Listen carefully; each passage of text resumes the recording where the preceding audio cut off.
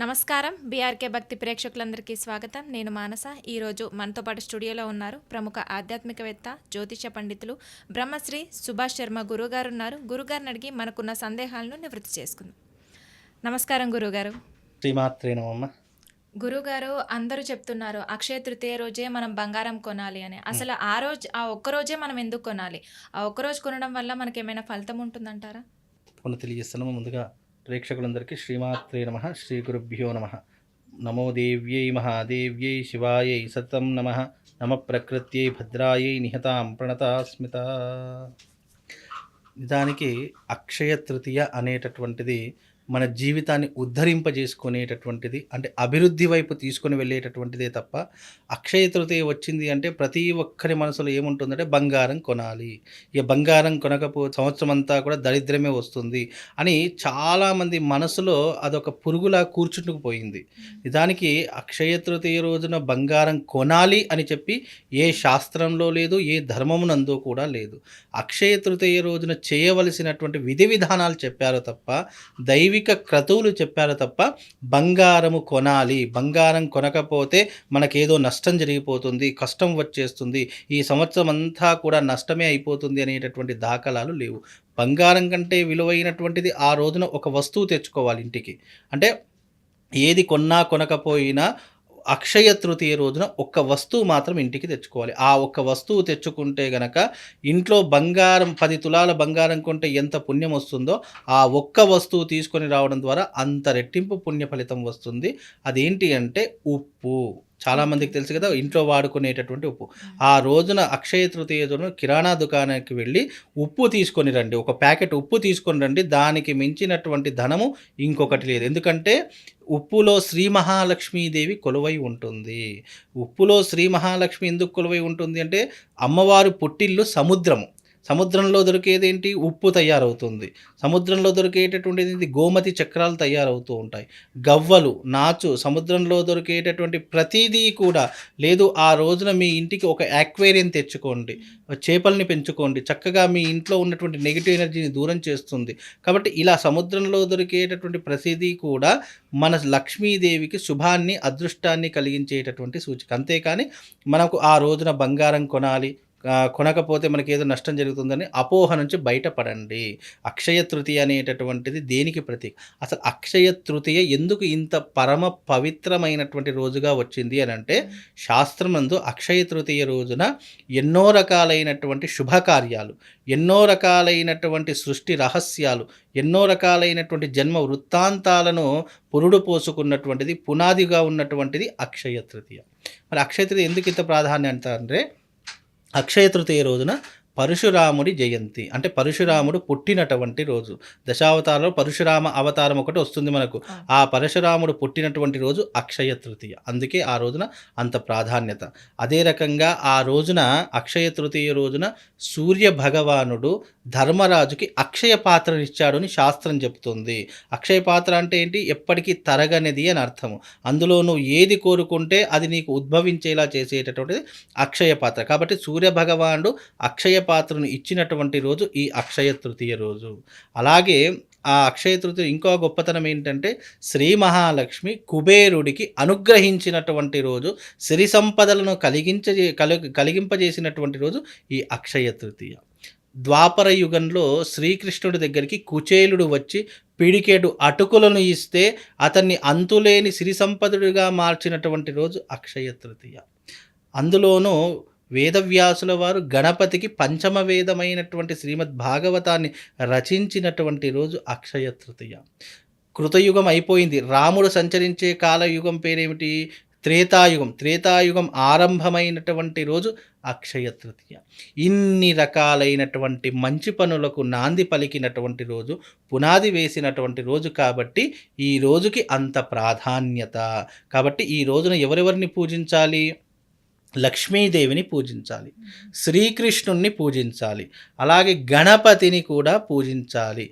నారాయణుని పూజించాలి. ఇంతమంది దేవతల యొక్క ఆరాధన చేసుకుంటే విశేషమైనటువంటి పుణ్య ఫలితం కలుగుతుంది అని శాస్త్రవచనము తప్ప, నువ్వు బంగారం కొనాలి, అక్షయ తృతీయ వచ్చింది అంటే బంగారం కొనాలి అనేటటువంటి ఈ గుడ్డి నమ్మకాన్ని వదిలేసేయండి. అనవసరంగా ఇప్పుడు బంగారం కొనాలంటే చిన్న విషయం కాదు కదమ్మా. తులం బంగారం ₹1,00,000 దాటింది.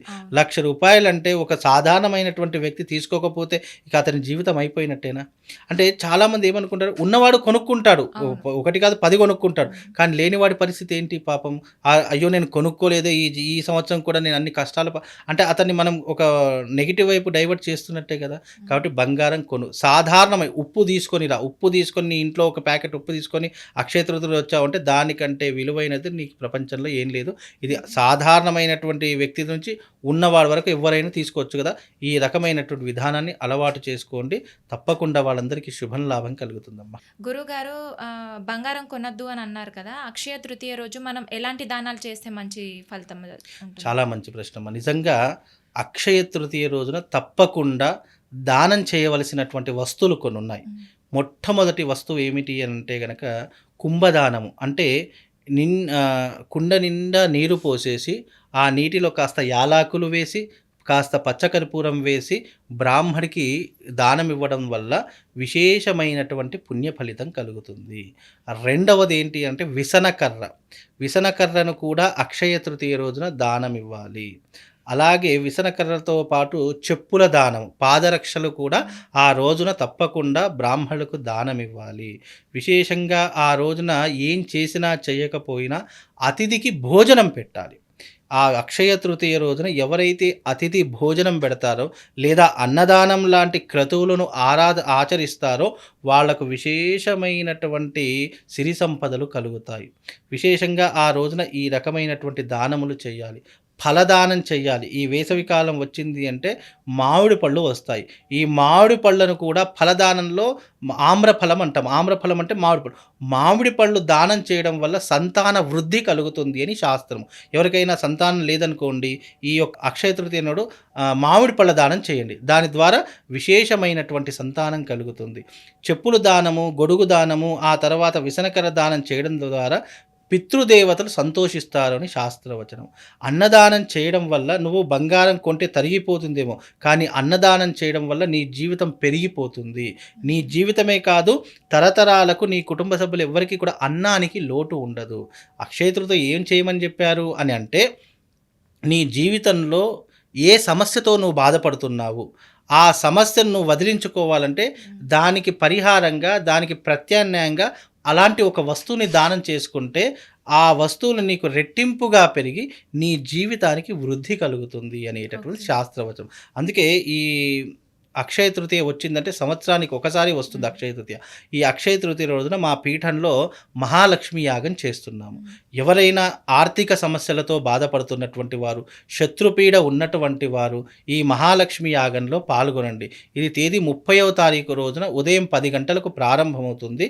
మన హైదరాబాద్ పట్టణంలోనే మా యొక్క ఆలయంలోనే ఈ యొక్క యాగం నిర్వహిస్తున్నాము. కనుక ఆర్థిక బాధలు ఉన్నవాళ్ళు, అప్పుల బాధలు ఉన్నటువంటి వాళ్ళు, ఇంట్లో ఎప్పుడూ కూడా డబ్బులు నిలవడం లేదు, డబ్బులు ఎంత సంపాదించినా కూడా అంటే బయటకు వెళ్ళిపోతున్నాయి అనుకున్న ప్రతి ఒక్కరూ కూడా ఈ మహాలక్ష్మి యాగంలో పాల్గొనండి. ముఖ్యంగా ఈ షష్టగ్రహ కూటమి ఏర్పడింది కదండి, దాని కారణము చేత కొన్ని రాసుల వారికి నెగిటివ్ ఇంపాక్ట్ చాలా ఎక్కువగా ఉంది. అందులో మొట్టమొదటి ఏంటి అంటే కనుక మేషరాశి వారికి ఏలినాటి శని ప్రభావం ప్రారంభమైంది. కుంభరాశి వారికి శని ప్రభావం నడుస్తుంది. అలాగే ధనుస్సు రాశి వారికి అర్ధాష్టమ శని ప్రారంభమయ్యింది. అలాగే సింహరాశి వారికి అష్టమ శని ప్రారంభమైంది. ఈ రాసుల వారు తప్పకుండా వచ్చి ఈ యాగంలో పాల్గొనండి. ఎందుకంటే శని ప్రభావం వల్ల కొన్ని అవాంతరాలు దాటుకొని వెళ్ళవచ్చు.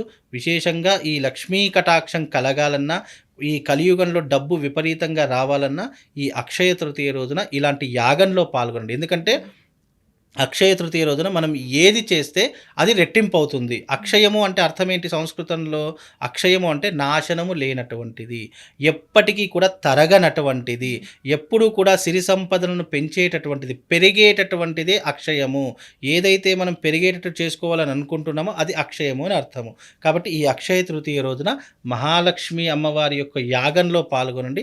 అంతకు మించి విశేషమైనటువంటి పుణ్య ఫలితం మరొకటి రాదు. ఆ రోజున ఎవరైతే యాగంలో పాల్గొంటారో వాళ్లకు శివుడికి సంబంధించినట్టు శ్రీశక్తి శివలింగం ఉంటుంది. అంటే శ్రీచక్ర ఆకార నిర్మితమైనటువంటి శివలింగం ఉంటుంది. ఆ శివలింగము ఆ యాగంలో పాల్గొన్న ప్రతి ఒక్కరికి కూడా అందించడం జరుగుతుంది. ఒకవేళ ఎవరైనా అనుకోని కారణాల వల్ల రాకపోయినా బై కొరియర్ ద్వారా కూడా ఆ యొక్క వస్తువుని, ఆ శివశక్తి లింగాన్ని పూజ చేసి మహాలక్ష్మి యాగంలో పెట్టి ఆ వస్తువుని బై కొరియర్ ద్వారా కూడా వాళ్ళకి పంపించడం జరుగుతుంది. అది ఇంట్లో పెట్టుకొని ప్రతినిత్యం పూజ చేసుకోండి. సిరి సంపదలకు లోటు ఉండదు, డబ్బుకి లోటు ఉండదు. ఆ శ్రీ మహాలక్ష్మి యొక్క అనుగ్రహం ఎల్లవేళలా వాళ్ళ మీద ఉంటుందమ్మా. ఓకే గురుగారు, చాలా మంచి విషయాన్ని అందజేశారు. అక్షయ తృతీయ రోజు ఎలాంటి పూజలు చేయాలి, ఎలాంటి దానాలు చేయాలి అనే దాని గురించి చాలా చక్కగా వివరించారు. ధన్యవాదాలు. శ్రీమాత్రి.